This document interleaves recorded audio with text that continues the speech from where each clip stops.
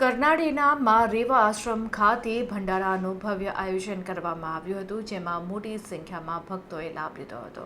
પવિત્ર તીર્થધામ કરનાળી ખાતે શ્રદ્ધા અને સેવાનો અદભુત ત્રિવેણી સંગમ જોવા મળ્યો હતો.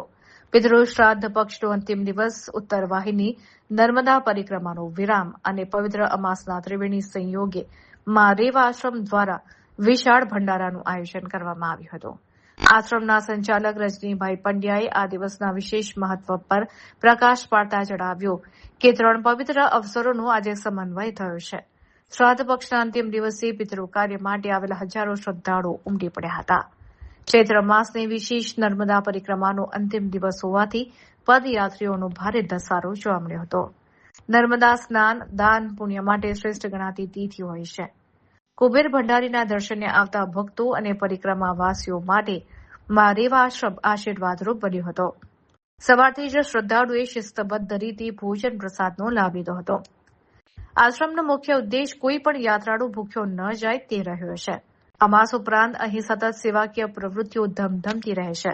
ત્યારે ભવ્ય ભંડારાએ કરનાળીના પવિત્ર તટ પર ભક્તિ, આધ્યાત્મિકતા અને માનવ સેવાનો એક ઉત્તમ દાખલો બેસાડ્યો છે. સમગ્ર પંથકમાં આ આયોજનની ભારે સરાહના થઈ રહી છે.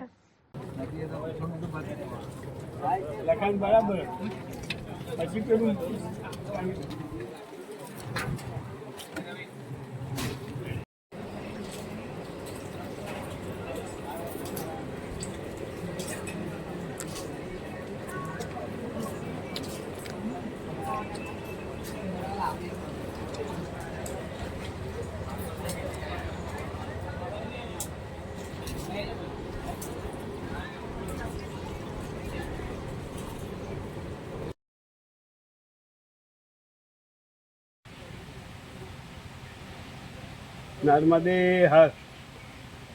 જય કુબેર ભંડારી.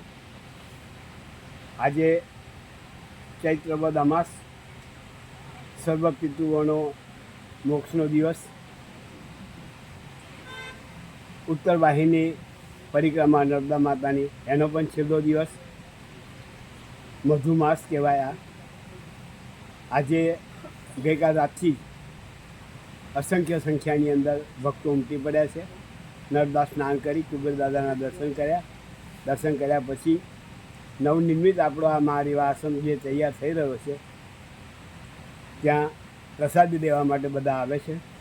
તમામ ભક્તો માટે અહીંયા જમવાની વ્યવસ્થા કરવામાં આવી છે. આપ પણ આશ્રમમાં પધારો અને પ્રસાદીનો લાભ લો. નર્મદે હર, નર્મદે હર, નર્મદે હર. આપણે કદાચ ભેગા ના થવાય.